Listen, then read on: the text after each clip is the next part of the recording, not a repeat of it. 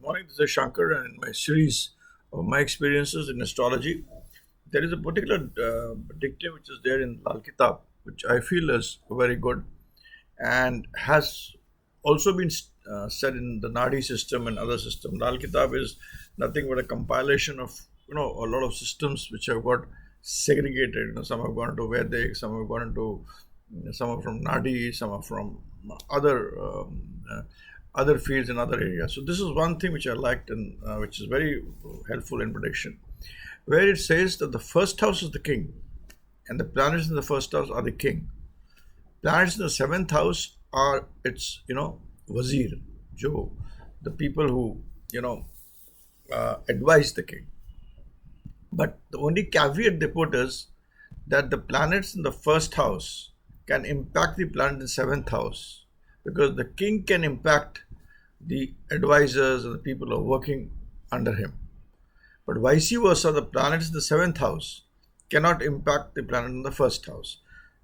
That is, if you have a planet in the first house which is inimical to the seventh house, like you have Mars in the first house and you have Saturn in the seventh house, Mars will kill Saturn. Mars will afflict Saturn. However, Saturn will not be able to, create problems for Mars. It's because Mars is sitting at the position of the throne. It is the king. And Saturn is the person who advises. But they are inimical to each other. So the king will always afflict the advisor. I mean, the advisor, you are not giving the right advice. So this is what you have to keep in mind, that the planets in seventh house are the king, the king who rules your this thing is also your head. The head rules everything, and seventh house is the part of your body below which makes you to act. So they are the advisors. Now here it says eighth house is the eyes of the first house. Now eighth and first have a relationship. First house is the king, and the eyes of the king are from the eighth house. And the 11th house is the feet by which it walks. The whole system walks. I mean, depending, the first house, the king's walking speed. So if you have good planets in the 8th house, which are positive to the first house, you think properly, you can achieve what you want. You become an achiever, you start working properly. But you have a planet with 8th house, which is negative to the first house or inimical to the first house, then you are like a person, a blind king who is being led, who's got poison in his eyes, or something in his eyes where he is unable to walk, unable to see things in the right perspective. Then planet in the 11th house is the feet. So if the planet between the first and 11th house are inimical, like the 11th house planet is negative to the first house planet, then it ensures that you walk not with speed, but you're walking like dragging your foot. You're unable to walk. So it retards the speed by which you will work. Now, I have seen the horoscope of one of the biggest industrialist in Asia. He has a very powerful planet like Rahu in the first house, a large number of advisors in the seventh house. He has Mars in the eighth house. Now, when you have Mars in the eighth house, Mars is the only planet which can control Rahu. It's like an elephant can be only controlled by Mars. It's the commander in chief. So it has a good, uh, you know, perspective of things, looks at things clearly, and then it has Jupiter in the 11th house, which gives you wisdom. And wisdom also, plus also the understanding of the negativities.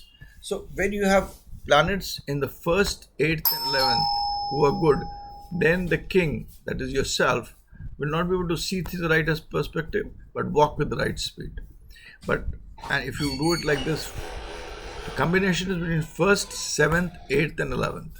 So if you have planets in the first house, planets supporting planets in the seventh, eighth, and 11th, you are a man to be reckoned with.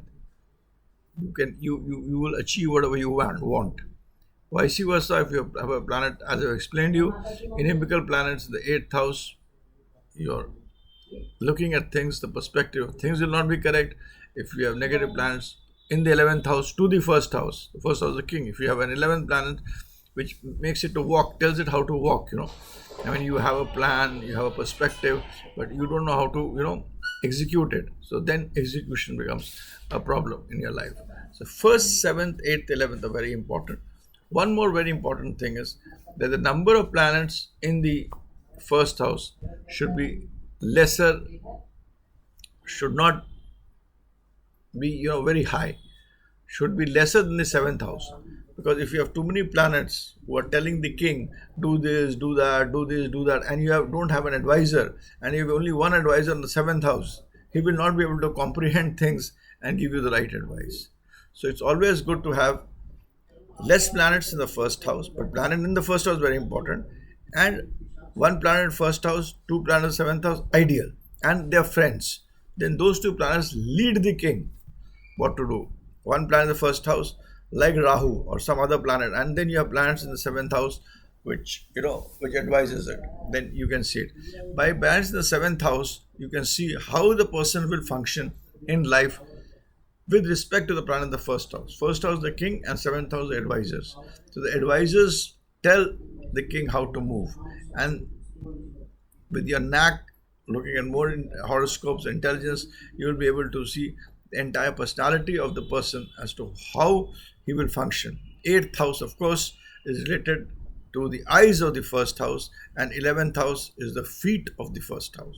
The first, seventh, eighth, and 11th are the houses which make a person's destiny, and at a snapshot you can see what is going to the future of this horoscope, whether it's a beggar or it's a billionaire.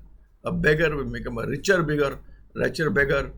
A millionaire may become a billionaire, but you have to see, and it could be a rag to riches story also. So this is how you have to understand things by looking at these four houses together, separately, in the right perspective, and also the planets which are inimical to it or not inimical to it. Also, you have to also apply to the conditions of today. Today, deception, telling lies, perhaps keeping things aside. These things also have an impact. So if you have seventh house planets which are telling the first house, the king, to do, so the king will do. But you have a very good eighth and 11th house, then he'll be able to do the negative things, do it in the right perspective, and walk his talk. So you have to see what they say, the country which you are living in, the times which you are living in, and the person for whom you are trying to tell the horoscope. What is the level of energy in the person, or what is the person who's sitting in front of you, without going into details, what he is, where he is. So that is how you have to see, which is known as Desh, Kal, and Patra. Also you have to see, and this is a very good combination which I've applied of first, seventh, eighth, and 11th, in which you can come to know the thing of the horoscope. If you don't have planets in the eighth house, you don't have planets in the 11th house, you don't have planets in the seventh house, then a person only there are a lot of people who don't have it, and then you rise only after the age of 42. After 40s, your life begins in terms of how it happens, and then depends on the planets which are there in the first house itself. So that's how you have to see things in horoscope. But the most dangerous thing is having planets in the first house and having a negative planet in the eighth house, or having negative planets in the 11th house, which I've tried to explain you. I will not repeat it, but this is one thing, try to apply. Thank you, and bye for now. This is Shanker Adawal signing out. To know more about me, go to my website, shankerastro.com, Shanker with a E. And thanks, and bye for now.